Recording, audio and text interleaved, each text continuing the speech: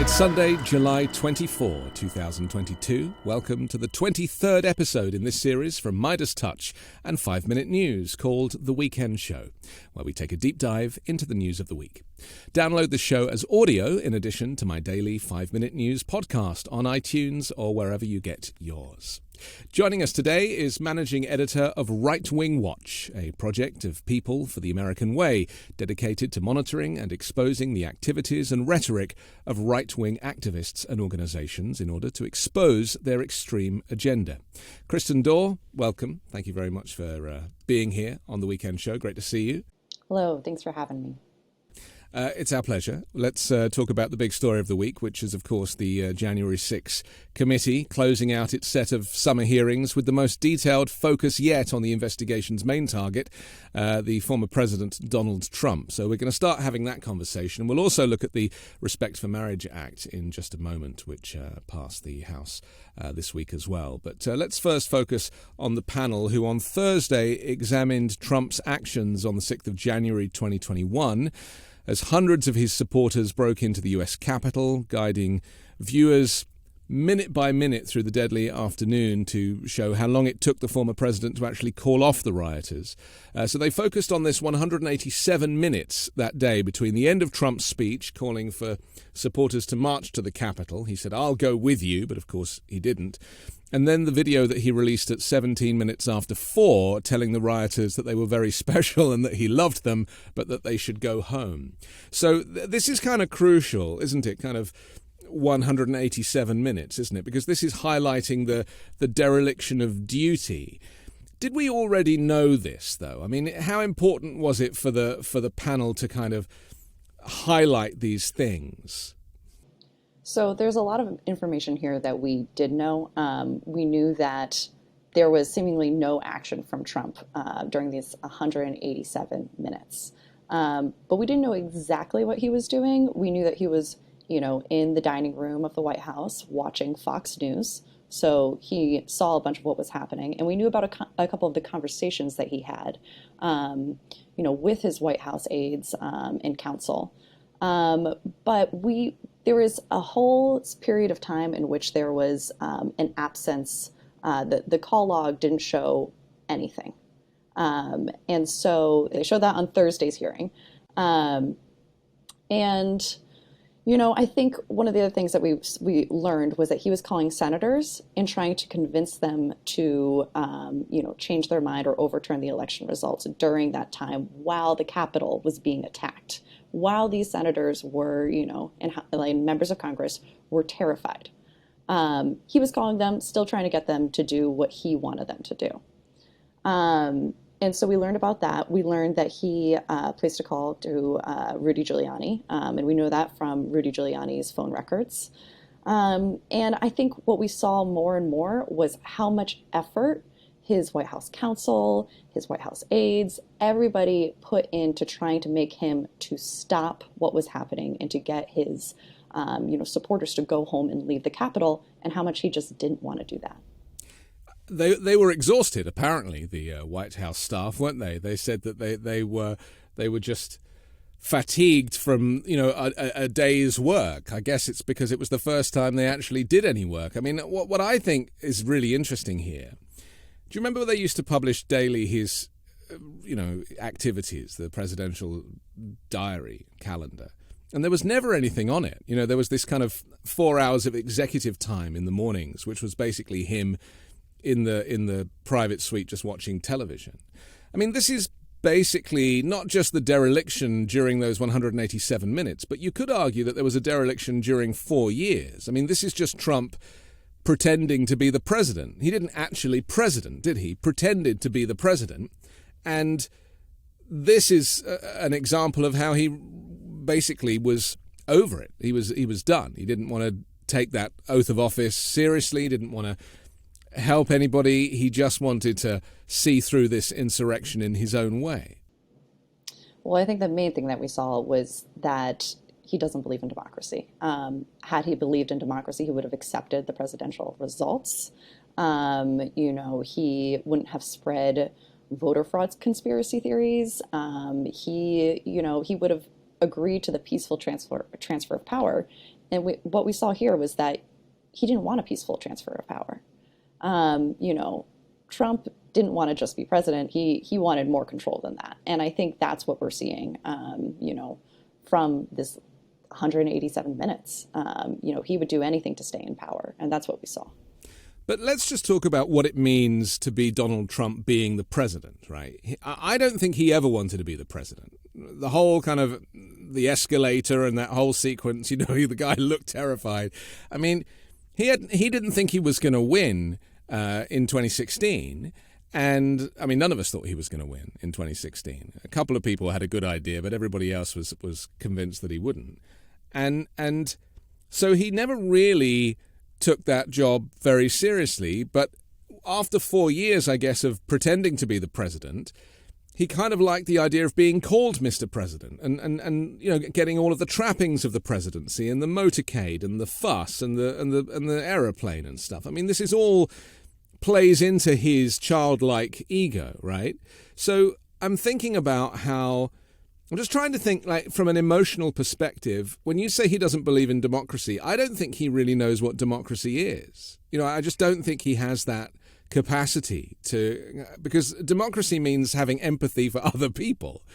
And he doesn't have that. The guy isn't capable of it. So why was he so keen to kind of win again if he didn't really enjoy being the president the first time? Well, I think what he enjoys is power. So right. If you enjoy power, you want to be the most powerful man in the world. Why not be the president of the United States? He doesn't want to do the things that usually come with the presidency, but he wants power. So I think his goal is to remake the presidency to something that he would enjoy, which is, absolute loyalty from those around him and anybody beneath him. And I think that's what that's what we're seeing time and time again. I think it just honestly just keeps on coming back to this idea of wanting power.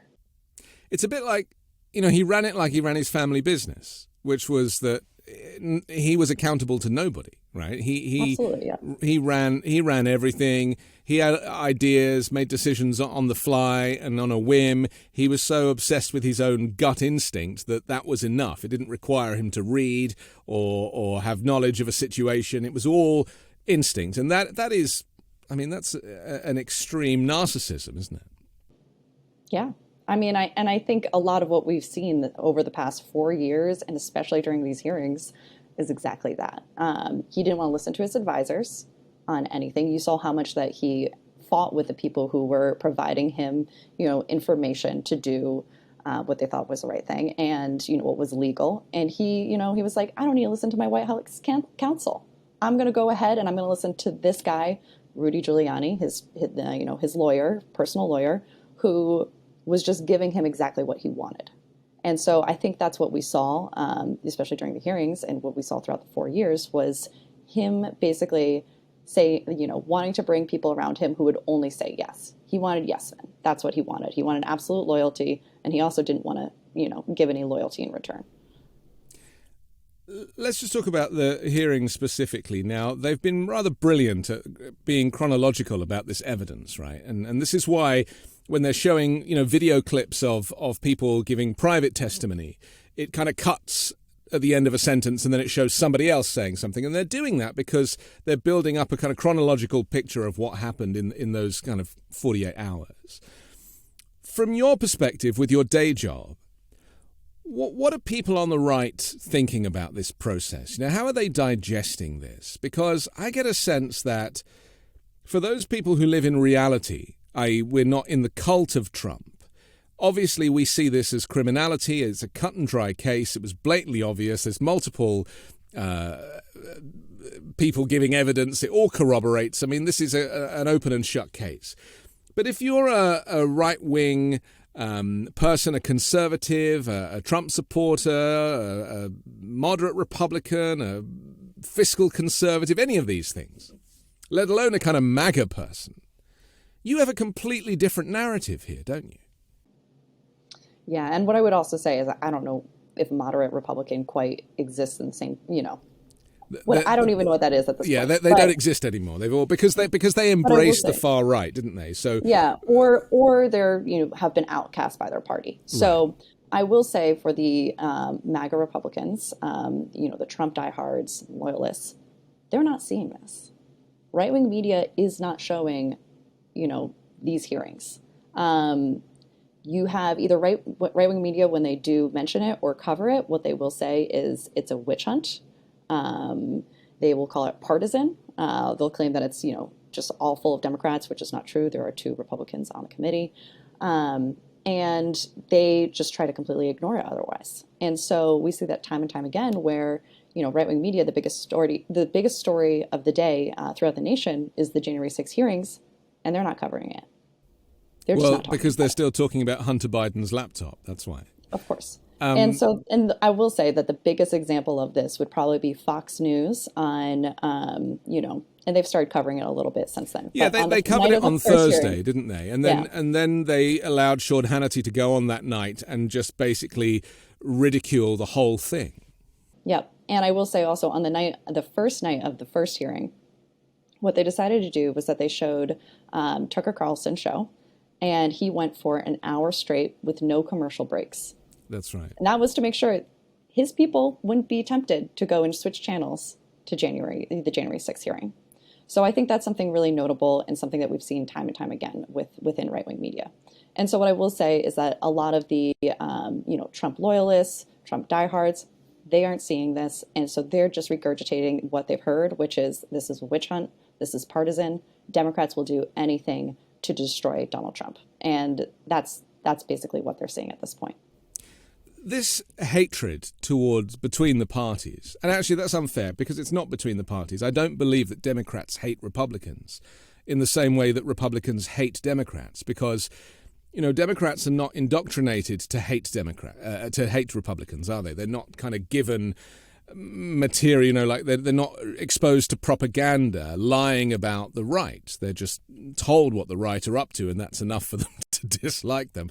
But there's not this kind of vitriol and this hatred. And I'm very interested in what the long-term effects are of a political party, and let's say it's almost half the country who support the Republican way, being told time and time again that Democrats are evil, that Democrats want to take away your freedom, and that Democrats are communists, and all of these lies, because this is hate speech. And in some countries, even the country where I was born, hate speech is actually illegal.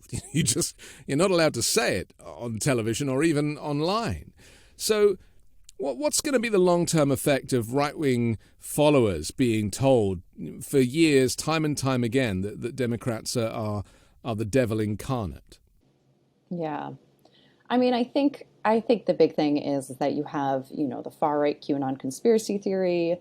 You have the racist great replacement theory. You have all of these, conspiracy theories that basically have enveloped the Republican Party. And you also have, this terms of spiritual warfare, people saying that this is a fight between good and evil, between Republicans and Democrats. And all of these ideas have really found a home in the Republican Party. And I think that's what's really worrisome is that, QAnon, for example, used to be a very fringe conspiracy theory, claiming that, Democrats were pedophiles and they're part of a satanic cabal. And now those ideas have basically enveloped, a lot of those ideas are everywhere in the Republican Party. And the Republican Party did not do anything to stop those ideas from taking hold. They said too little too late when they finally denounced it. I think it was back in, 2020. But, by that point, it was already everywhere. And yeah, I think that on the other side, we don't see as these types of conspiracy theories. We're not seeing things in terms of spiritual warfare as, the fight against good and evil. It is, I think it's honestly between propaganda and truth. So that's where I'm at. Because it's kind of sad, isn't it, that this whole division is built on a lie. It's not actually, there's no actual truth to this hatred between the left and the right, this kind of refusal to engage. You won't have Republican senators being interviewed by left-leaning or even center-left news or media organizations. They'll only go on right-wing media. There is a kind of total denial to engage. And my fear is that we've got this huge problem, which is much bigger. This is what Liz Cheney said at the end of Thursday's hearing, and Adam Kinzinger as well. He actually referred to it as the elephant in the room. And that is the fact that even if Trump is eradicated from this earth, the problem still persists, right? You know, he has galvanized this hatred, and he's created a movement of people that are so, they have such anger, and they really feel like they know something that Democrats don't. You know, that they've in some way have the answer, the magic secret to what America's all about. It's Christianity, and it's guns, and it's, all the things that they hold dear. But I fear that, what's the solution? Because, I was keen to talk about solutions to this problem. If Trump goes to prison, hypothetically, I mean, I doubt that he will, but I mean, how do we solve this kind of hatred that's built on a lie?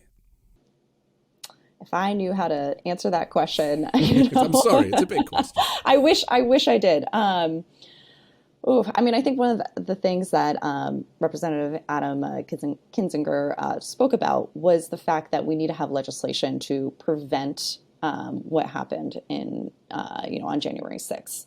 And in the lead up to January 6th, where you had the Electoral Countout Act, for example, that there was some language that could have been a little bit more clear. And as a result, you had people like Trump lawyer John Eastman trying to take advantage of that and trying to overturn the election and pressuring Mike Pence to do so. So I think one of the things that they've mentioned is needing legislation to prevent such things from happening. I don't think that this anger or hatred just disappears overnight, but I think we need to have laws and legislation in place that protect us. And I think, the question of having hatred, trying to get rid of this hatred in our country that's formed, I think a lot of that, honestly, is just, peer-to-peer conversations and, talking with people that you trust about, the facts and what you're seeing, and also not trying to shut somebody down immediately, even if you find their views despicable, because I think having a conversation is very important, and maintaining that communication is important for democracies to exist. The debate is very binary at the moment, isn't it? There's very little room for nuance. And I think part of the problem is we're working with two different sets of facts. And so it's very hard to have those conversations, but it doesn't mean that, you shouldn't try. And I think that's where I'm at. I guess these conversations are being had at the dining room table in families. We've heard this happened in England and Europe with Brexit. Mm-hmm. And, I fortunately wasn't living there at the time, but I heard of a lot of friends and families who had all fallen out with each other over this decision to leave or remain. It's happened here. Trump kind of really brought about this separation between families who were... Because, a lot of people, this is what I've been thinking about with these hearings. And I've also been watching what Trump's been posting on Truth Social. And the guy is still hanging on to every claim that he made about election fraud. He hasn't dropped that ball at all. He's sticking to his story. And that is that, there are people that think that Trump is a hero. That, bringing down this American system, causing chaos, as Steve Bannon wanted to do. That it actually needs to come down because it's draining the swamp. This is all part of Trump's, great plan is to, screw the rules, the rule of law. It's all garbage, There's plenty of people around dining room tables in America who still think that Donald Trump is a hero for all of these moves, right? Yeah, I mean, unfortunately, there are. And I think in part it's also because, right-wing media is what they're showing them is one story. And that is that Trump is the hero and that, Democrats are after him and it's a witch hunt. And I think the other thing that we've seen is that it's more of like the cult of Trump. It's not it's not just a Republican, it's not the Republican Party, it's Trump's party. And so what we've seen is, him requiring this like absolute loyalty and his people and his supporters giving that, even when, he doesn't show it in return. And so I think, there are people who have really fallen into this believing Trump is the hero and that the deep state is after him. And, you can go down any number of conspiracy theory rabbit holes to get the exact narrative that you want. But there's always a conspiracy theory to fit, your belief. And I think that's what we're seeing. Yeah, if you go looking for a conspiracy, you're going to find one. It's a bit like going to look for a doctor that doesn't believe in vaccination for COVID. You will find one if you go looking. I want to talk about the evidence that was presented at the hearing on Thursday. Something that I found particularly interesting is the videotape that is on public record of Kevin McCarthy getting up in Congress and saying this was definitely Trump's fault and Trump's at fault. It was definitely Trump's fault. And Mitch McConnell doing the same thing in the Senate. It was Trump's fault. It was Trump's fault. And then they all go and have a little conversation with him at Mar-a-Lago. And then a week later, they're all saying something completely different. I mean, what does he have over these people? And how is it possible that here in the United States, even if something's on video of a leader of a political party saying one thing and then changing their mind completely and having a completely different story, that the second one overwrites the first one? It just beggars belief to me.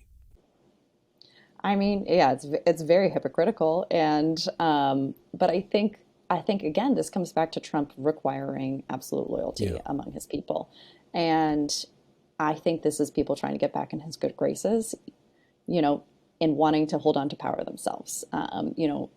Speaker McCarthy former Speaker of the House Kevin McCarthy did not want to lose, that position, and so I think, if he can hang on to that, he has power, he wants that. And that means sticking with Trump at this point because it's Trump's party. And that's a lot of what we're seeing at this moment.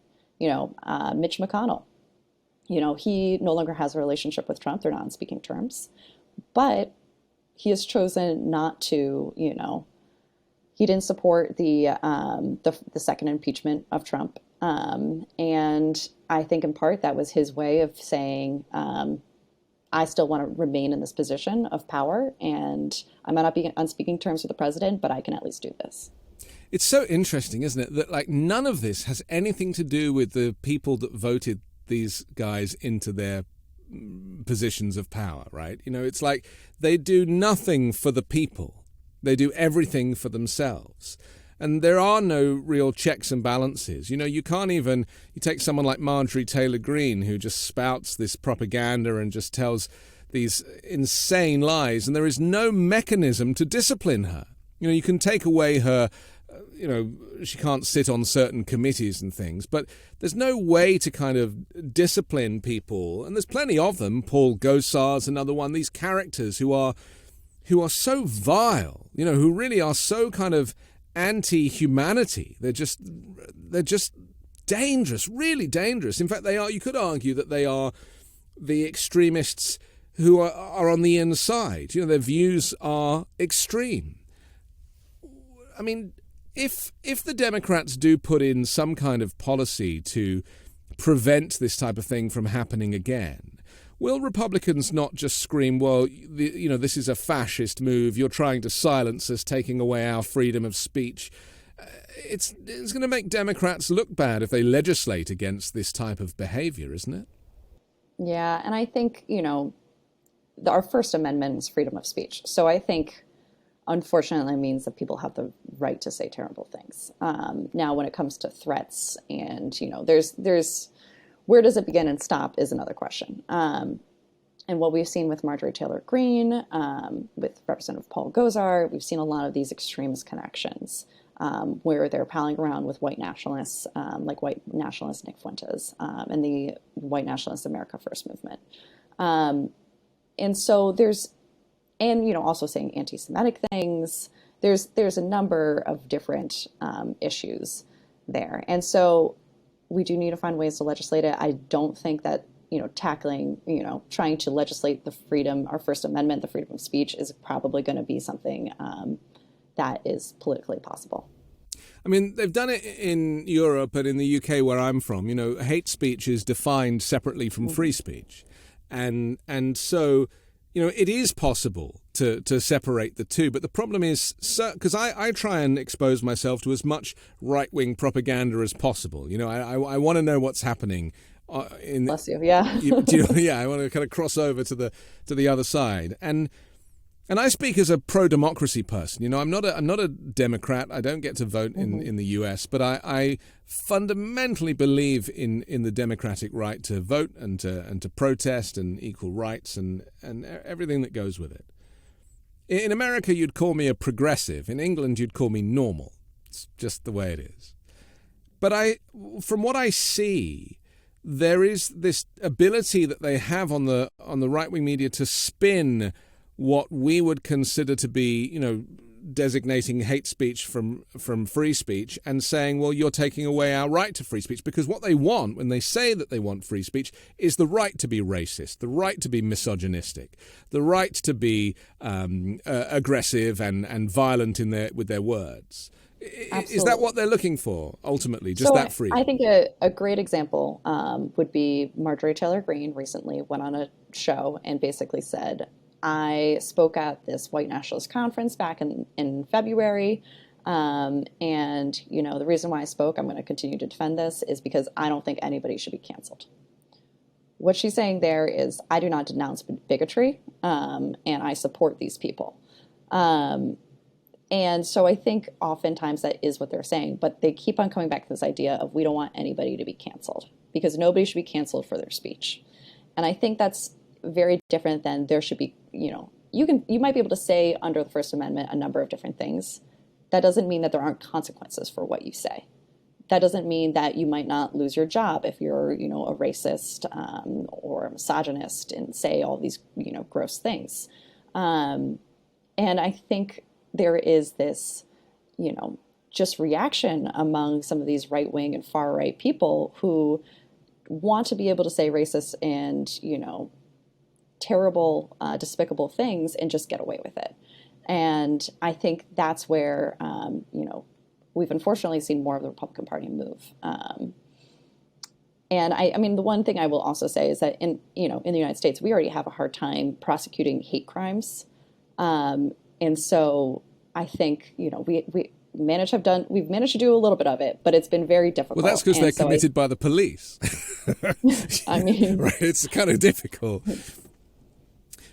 It depends which ones we're talking about. But and I think that there is a difference between hate speech, and just normal freedom of speech. But well, it requires a moral compass, doesn't it? The decider between what is free and what is hate requires you to have morality.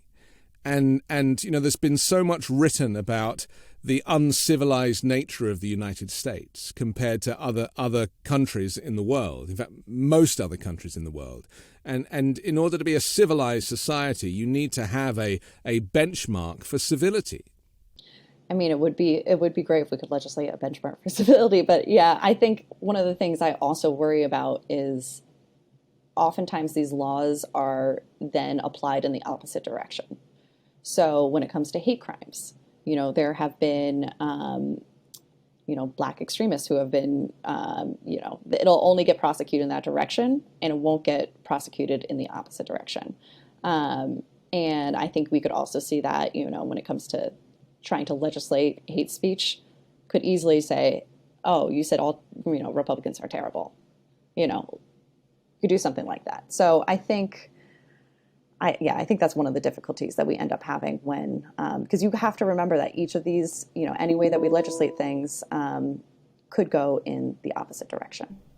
It's difficult, isn't it, when the President of the United States is the one spouting the hate speech? It's like normally the buck stops at a certain level, and yet when it's gone to the very top, to the commander-in-chief, when he's the one who is spewing this stuff, that gives license to everybody to do it. And there, I mean, I actually moved to the US a couple of weeks before Trump was inaugurated, so I don't have much experience of a pre-Trump America as a resident. But I do, from talking to people, I do recognize that there is a difference between Trump's America in terms of people feeling that they have license to say what the heck they like. Because he did. Because the guy at the top did. And to ban Muslims in the first week of your presidency from entering America, I mean, that sets a benchmark for racism and bigotry, doesn't it? Yeah, I mean, I remember, what was it? And I think it was the beginning of 2017 when Representative Steve King made some comments about white nationalism, saying, since when has white nationalism become a bad word? Right. And he ended up actually, he got kicked off of all of his committee assignments, and he ended up getting kicked out of Congress. Like, he lost again. So that was, in the first, I think that was very early into Trump's presidency.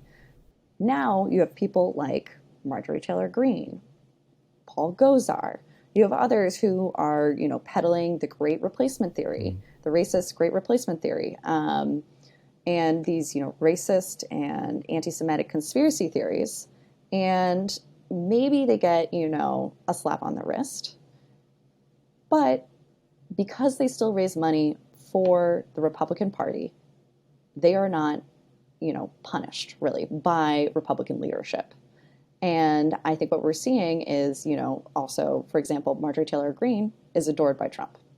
So how much wrong can she actually do? So everything goes back to money, everything goes back to loyalty. It really is like a kind of mob environment, isn't it? And in fact, there was a great moment in the hearing on Thursday where they played that clip of Donald Trump Jr. saying something about going to the mattresses. Do you remember that? And Yes. They said, well, what do you mean by mattresses? And he said, it's a Godfather phrase. It's literally a line from a mob movie. And, all of our worst fears about Trump being a mob boss and operating, the way he doesn't commit to anything is very much using the language of the mob boss where, you can plead ignorance because you didn't actually say it, but you inferred it. And then with his son referring to the mattresses, I was like, wow, like they actually think that they're a mob, that is their culture. Well, and I think an interesting thing is that Donald Trump's former fixer, Michael Cohen, has said that Trump speaks in mob speak. Yeah. He'll insinuate certain things without actually saying it, and that's how he protects himself. And, these were guys who, the whole entire business is in New York and New York City and, New Jersey, and they're really leaning into the mob speak and just, I almost idolizing it, Let's just talk more specifically about the hearing and your feeling watching it, because I think this was the 8th hearing. This is the last of the season, season 1, ending here in the summer, and there'll be potentially more public hearings in September. I know that they want to get this wrapped up before the midterms, don't they? Because there is the fear that if they lose control of the House or both houses, that then this whole investigation will just get shut down by Republicans and they'll deny that it ever existed in the first place. How do you feel about the way that this final hearing of the season went? Do you feel like, because focusing in on this 187 minutes and Trump's dereliction of duty as the commander-in-chief was a very compelling way to close out this season, wasn't it? Absolutely. I think what they did a really great job of is showing all of the different ways that Trump tried to overturn the election and those around him. And then they showed when the violence actually did happen, what did Trump do? He allowed it to happen. And, there was 187 minutes from his speech at the Ellipse when that ended to when he finally made the Rose Garden video and, published that and sent that out. And what did he do? He sent out a few tweets that almost fanned the flames. And I think that's actually, going back to the tweet about Mike Pence that was sent around 2 o'clock, 2:24, when he said, Mike Pence didn't have the courage to do what was right. Immediately after that, you had people reading that tweet and saying, hang Mike Pence, Pence betrayed us, we need to do X, Y, and Z. That fired up the crowd. And what we saw too was that, right-wing extremists, they saw Trump's words as gospel. And, there was the so-called Stop the Steal leader, Ali Alexander.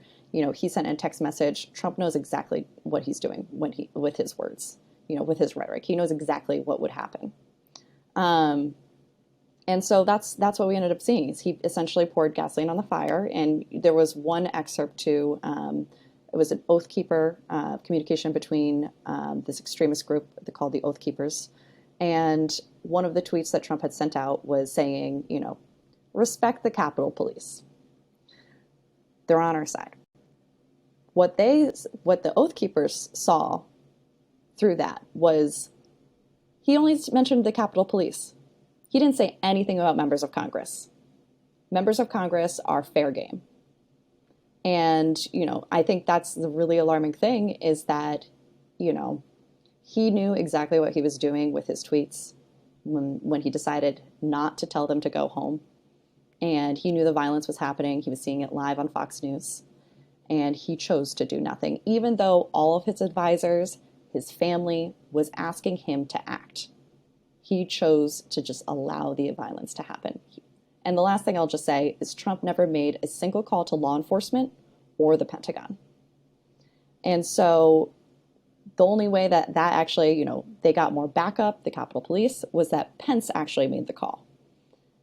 And, I don't know how you can be president when you can't protect your your vice president in Congress. So, yeah, I think the hearing did a really good job of laying that information out.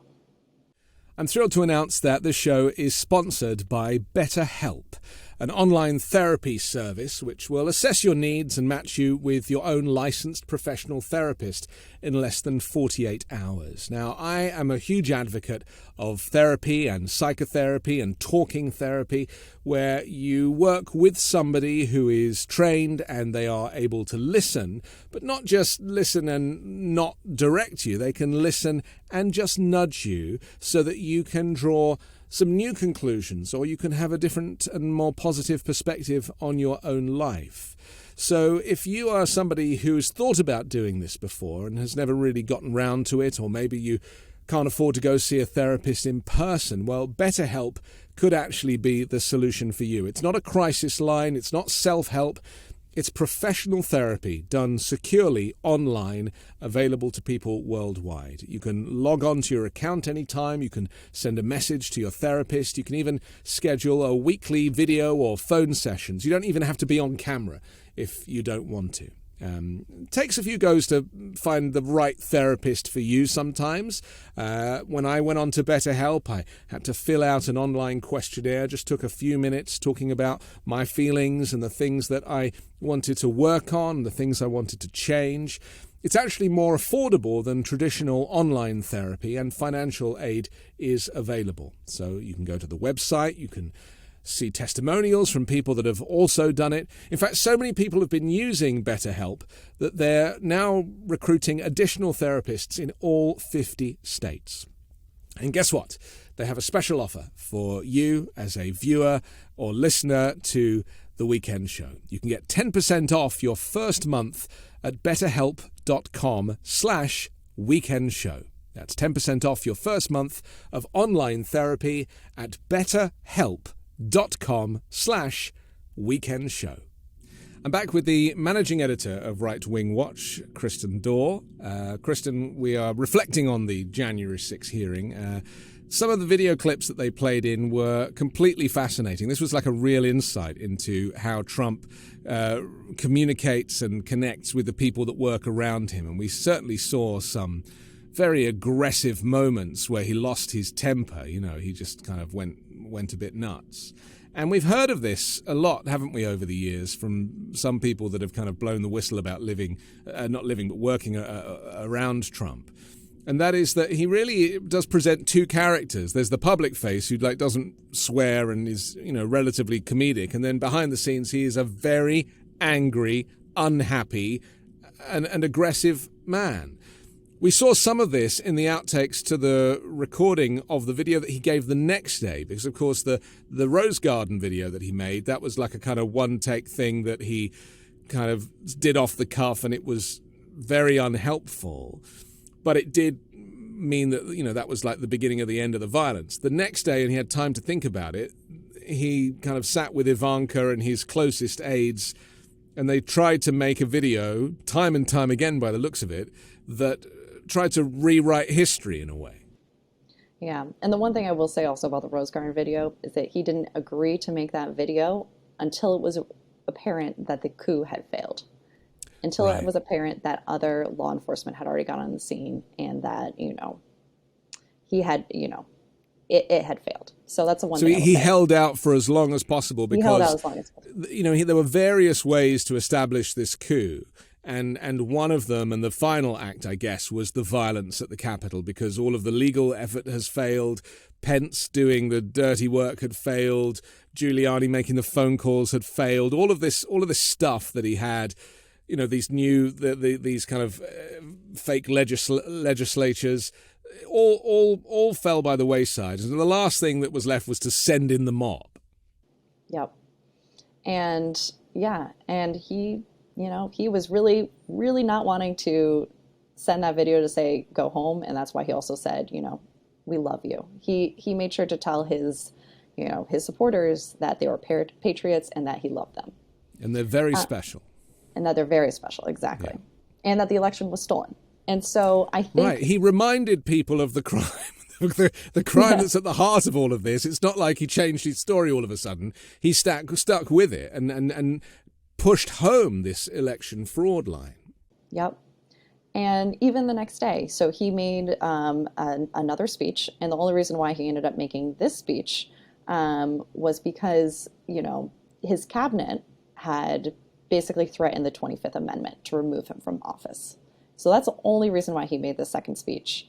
And during that, there's a number of outtakes, and he did not want to say the election was over.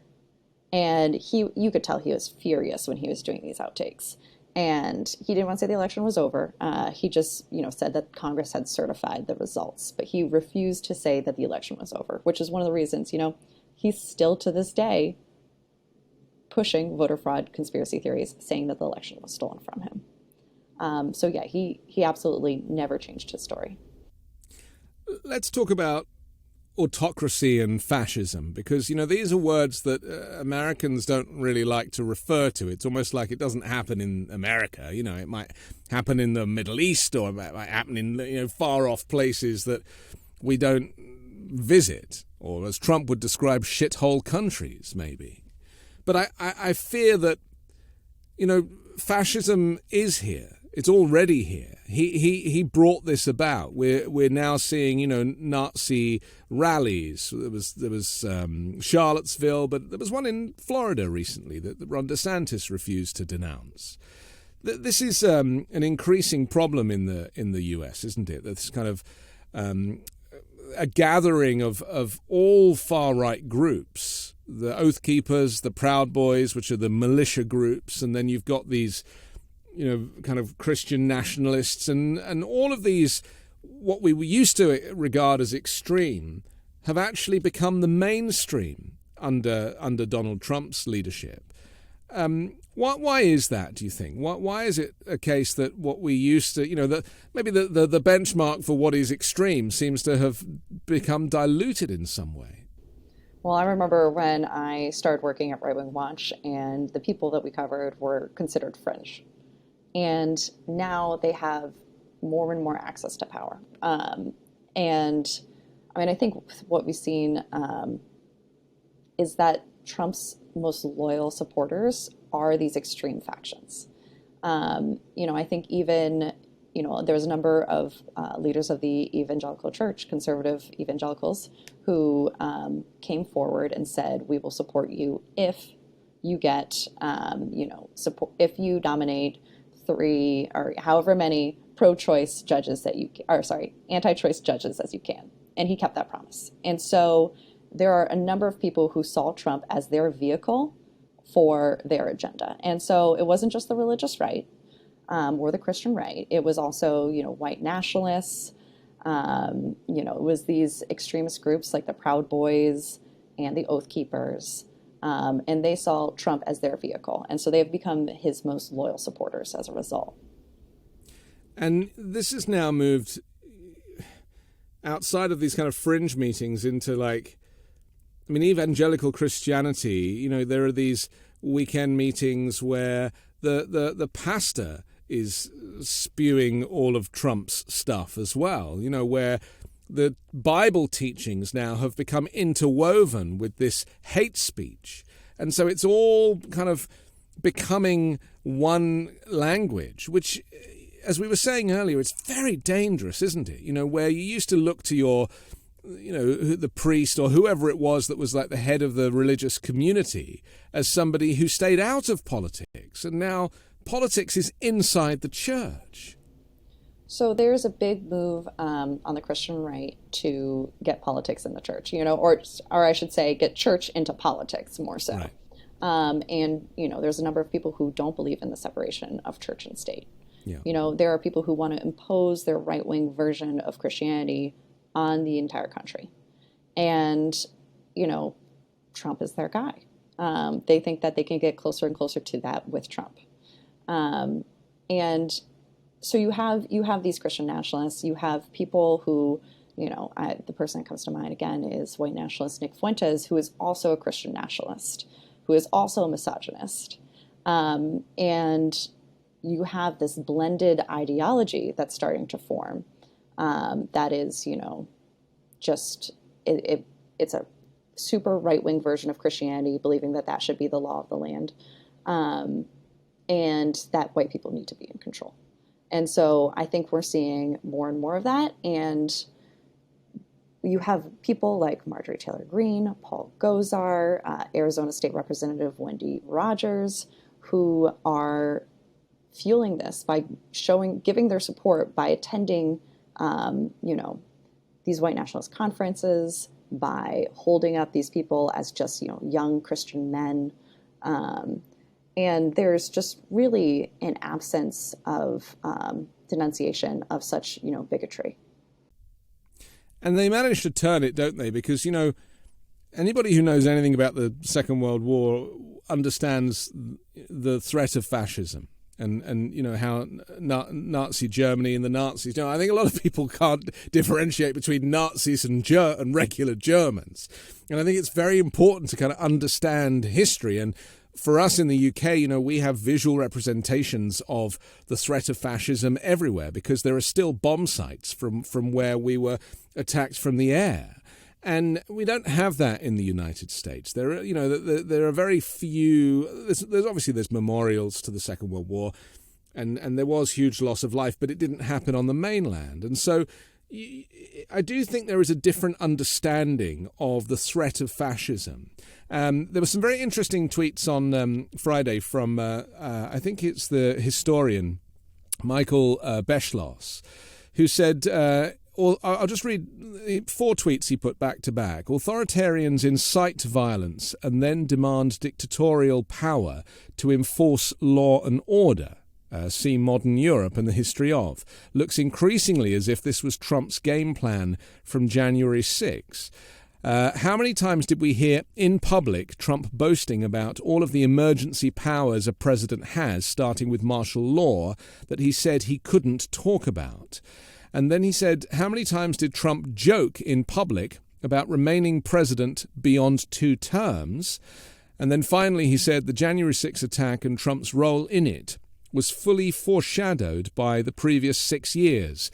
Contempt for democracy, fascination with violence and how to exploit it, eagerness to grab authoritarian power.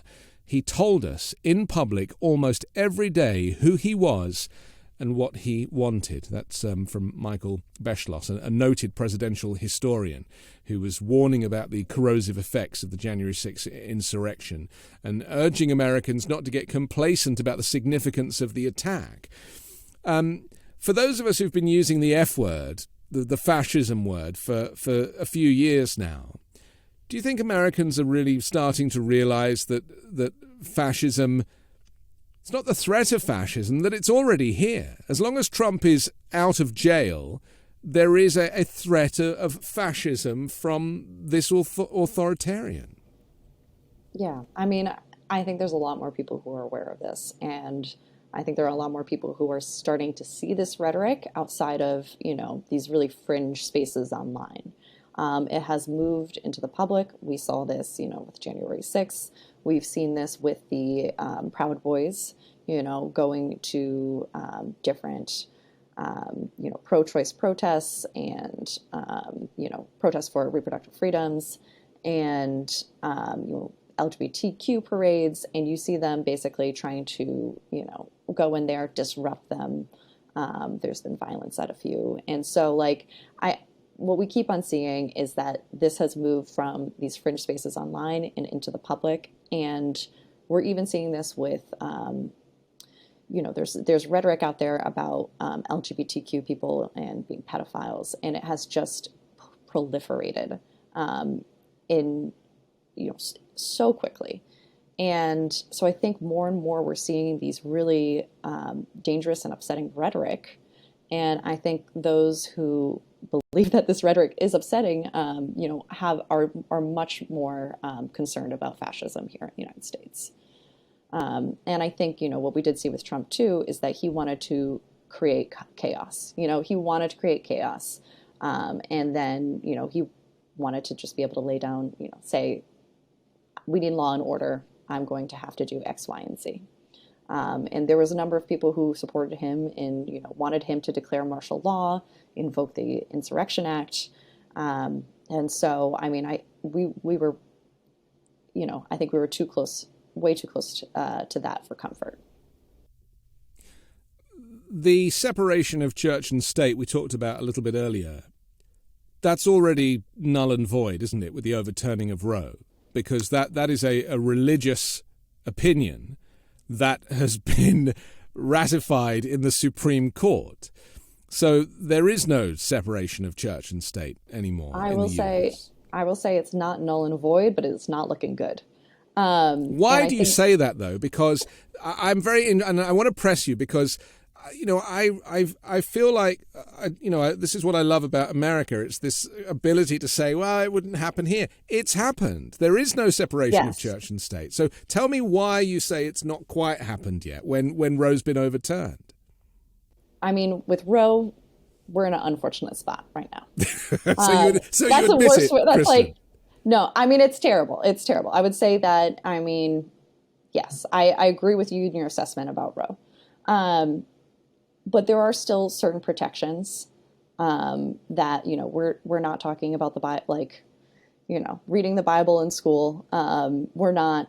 We do not have, it has not been completely dismantled. It's there a bit. And so I think what we need to do is make sure that we're protecting those, we need to reinforce the separation of church and state. And a lot of that is through the courts. And right now we are in a bad place because there are a number of Supreme Court justices who, are very conservative Christians who want to impose, their views.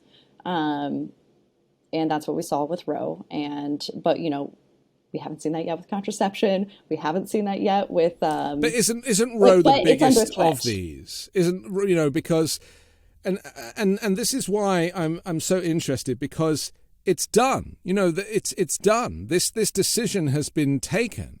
And yeah, sure, you could travel to California and get an abortion, but, that is not an option for so many people. And that's why this decision is going to affect the poorest people the most. And invariably, that will also encompass black and brown people. And there'll be fewer provisions for them, certainly in Republican-run states. Is it optimism that you're referring to, where you're like, oh, it's not a done deal yet? I think are you just naturally optimistic, or are you in denial? Well, I don't know. I've been covering right-wing extremism for too long to be naturally optimistic. I would say it's in the process of being dismantled, but I would not say that it's completely dismantled. So I don't think that that's necessarily optimistic, but I do think that there are ways that we can try to protect the separation of church and state and try to make sure that Christian nationalists don't gain ground. And I think we need to do those things. Even though there is, a whole bunch of them on the Supreme Court, because I mean this There brings are us on. yes. Onto this next conversation about what Democrats can do to protect, because it was, of course, Clarence Thomas who suggested that, other rights like same-sex marriage could be considered next, and even interracial marriage, which would void his own wedding. But let's just talk for a second about the Respect for Marriage Act. This is a bill that passed the House easily, actually, establishing federal protections for same-sex marriage. It was passed on Tuesday. 47 Republicans voted in favor of the bill, a bipartisan accomplishment that would have been unimaginable just a few years ago, they're saying. Well, it passed so smoothly and quickly that it seemed to catch senators, including ones in Democratic leadership, off guard. They now face the task of keeping up the momentum and holding a vote of their own. Even doing so throws a wrench in their already packed legislative calendar. So this repeals the 1996 Defense of Marriage Act, which previously defined a marriage as a legal union between a man and a woman, and it would guarantee recognition of same-sex marriages and interracial marriages under federal law. I mean, this is a wonderful. It's a wonderful concept, but this is going to crash and burn in the Senate, isn't it? It faces an uncertain future in the Senate. Yeah, There goes your optimism again, Kristen. Yeah, I mean, it could crash and burn, but I think it's important to put people on and force them to show where they stand on this issue. So, I think what we saw was that there was only 47 Republicans who supported this act, and you saw exactly who did not support it. And I think we're going to see the same thing in the Senate. We're gonna get a list of people who do not support same-sex marriage and also interracial marriage, because otherwise they would sign this, or they would. That suggests there's like 200 lawmakers who hate gay people. Well, I mean, there are a number of people who don't believe that gay people should have the right to be married, which is shocking. And I think it was really important for Democrats to try to do something. I think, what they didn't do with Roe was that they didn't, pass legislation protecting a woman's right to choice. And we didn't see the effort for that. And so, well, why do you think they didn't do that? I mean, why not do that? Because they thought it was safe. They thought. But what about the day that it was leaked? The day that draft legislation was leaked from the Supreme Court. Was that not the day to pass this legislation? Why did they wait till it became official? I mean, that's a great point. Why didn't they? I think I don't know, but I think this is another Democrats need to do more to protect people's rights. And, whoever those Republicans are who maybe are not as, bigoted as some of the other ones. So, no, there needs to be more. But I do think it's very important that this vote was done and that we see where people stand, and where legislators stand. I want to ask you a couple of questions about demographics, because I'm really interested about, with your experience with right-wing watch, which I find increasingly difficult to say, there is a feeling that it's split 50-50 just because of the way that the election results kind of went. It wasn't close with the popular vote with Trump. He lost by 7 million, but ultimately, in terms of the Electoral College, it was relatively even. What percentage of Republicans, in your experience, are buying in to the big lie? This whole Trump movement who buy into this. I mean, is there nuance? Are some of them pro-life and others not? I mean, or should we be putting all Republicans into one camp? And if we had to try to reach out to Republicans to communicate that Democrats are not bad, they're not trying to take away your freedom, they're not trying to take away all your guns, just the ones that fire a gazillion bullets in a few seconds. Do you think that it's possible to convert anybody, bring them back from the dark side? because, you must come up against this all the time. So how many Americans really are as sold down the Trump river as we fear? I don't think I can give a percentage. I think it's way too many. But there are glimmers of hope when you have people like, I'm going to take Liz Cheney as an example. Liz Cheney, who defended Trump in the first impeachment and is now the vice chair of the January 6th committee. And so I think that's notable. And I do know other Republicans who were Trump loyalists and they have walked away. It's taken them too long, I will say, but there is hope. There are people who are walking away from the party. And I wouldn't say that everybody is probably in the same bucket. I think there are a number of people who do believe that, the 2020 election, those results are fair. The stolen election claims are kind of out there. Who could believe that? But Trump is their guy for a number of different reasons. Whether that is, they don't believe in a woman's right to choice. Whether it is they don't believe in, gay people's right to get married. Whether it is that they feel that, they're white and they're losing their place in the world and they want white people to be in power and to maintain that power. I do think that there are other reasons why people are supporting him. But I don't think that at the end of the day, the stolen election conspiracy theories that he's been pushing really matter to him when Trump supports them in other ways. It's kind of convenient, isn't it? Because I personally believe it all comes back to racism. I think that racism is at the heart of a lot of this. And, this white replacement theory or the great replacement theory or whatever you might call it. I mean, it's a serious thing. It might not be... people might not think of it in those terms, but they do feel it in terms of becoming a minority. Now, statistically, white people still have the majority in a significant way in the United States. But they're being told otherwise by the right-wing media. And so this all contributes to the division and the hatred.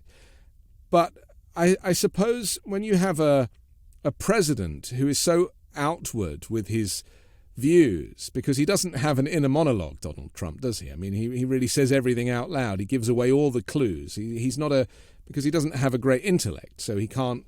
Except it's in mob speak, so yeah. It's in mob speak, so it's all inferred, stand back and stand by, or even the white power symbol, which he probably doesn't even know is a W and a P, but to the people that care, that is a smoke signal for their involvement. So really my question is about, where we go forward from here. I personally think that Donald Trump will run again for the presidency because he thinks it will protect him from prosecution and he's running out of options. So, and I have no doubt that the Republican Party will rally around him. I cannot see an alternative candidate that is going to, garner as much interest and support as him. And does this play into the fact that, America is fundamentally a racist country? It just, it really is at the heart of so many things that it will allow a racist autocrat demagogue to be the leader because it means that white people win power. I will say, I think racism is everywhere. So, not just the United States, but I think the United States has a history of it, white supremacy. That's what this country was built upon. And it's not like that disappears overnight. That has to be worked, people have to work to beat back white supremacy because that's built into some of our foundations as a country. And so I think in part, what Trump and others have done is that they've tapped into some of these feelings that were just underneath the surface. It's fear, isn't it? That they've tapped into. In part, yes, because fear of losing their place in society, fear of losing power. Of you used to be white men who were in charge, and now what's happening? And so I think they're tapping into this fear, and it used to be that you couldn't say these things without it being disrespectful. Like it was, nobody really wanted to touch that. Nobody didn't really want to talk to those people, to the point of which now people are saying this out in the open and saying, I'm not racist. This is just the way things are. Yeah. And it's very sad in a way, because, this is all about power, isn't it? Because you could argue that the abortion debate is also about power. It's about men controlling women. And you could argue that the same-sex fight there and interracial marriage, this is all about power. They're not even that interested in the specifics, because, arguably there's going to be millions of white Christian nationalist women who will need to access abortion, and probably have done at some point, and will do it secretly, or they won't speak about it, or they talk about homosexuality like it's some alien thing, and yet the people that are talking about it in this way are secret homosexuals and are having same-sex affairs privately. There's this hypocrisy. And so whenever I see somebody, it's a bit like the Catholic Church, isn't it? Trying to be the kind of bastion of all that is good. And yet there was this decades and decades of abuse going on behind the scenes. I mean, do you think it's the same with these, far-right nationalists? They all have the same vices as you and I, but they just have a different public narrative. Yeah, and I think it's also, in part, it's the ideology that they're around. So, maybe that they don't think that women should, get an abortion, but they're suddenly find themselves in that situation and they think, well, I'm going to get one, but I still don't think that anybody else should. Or that God will forgive them, because, of course, yes, forgiveness is built into the faith in such a way that, well, it doesn't really matter if I engage in it, because, I am absolved through my prayer. Yeah, and I think, there's a lot of people who, I think that there are some, really right-wing anti-LGBTQ forces who believe, say that it's like terrible and immoral, and yet they engage in it as well. And it's one of those things where it's, are you hating yourself? Like, I don't understand what's going on here. But yeah, it's definitely, I think there is a level of, I want to be able to do this when I should do it, but I want to control everybody else's lives and their so-called morality. Isn't it interesting to you that we rarely have these conversations in terms of like asking what is the mindset of the people who are campaigning against abortion when they might need to access abortion services? I mean, it just seems to be taken for granted that, that white Christians can do no bad, that they lead these perfect lives. But it's not a reality, and no one seems to be opening up that debate. Yeah, it's not a reality, you're right. And what I will say, one of the things that comes to mind is, there was a pastor in North Carolina who basically is all against reproductive choice. And it came out that he and his wife had had an abortion. And he said, well, you know what, I've, made my peace with God. And, I really regret that. And because I've had this experience, I don't think anybody else should have this experience. Right. And yeah, it's all justified in it's all perspective, and there's a justification somewhere. And if you can blame it on the man upstairs, then I guess you are, you don't take responsibility. It's very interesting. Thank you so much for the chat today. I really appreciate your thoughts and your insight, and hopefully we'll chat again together sometime.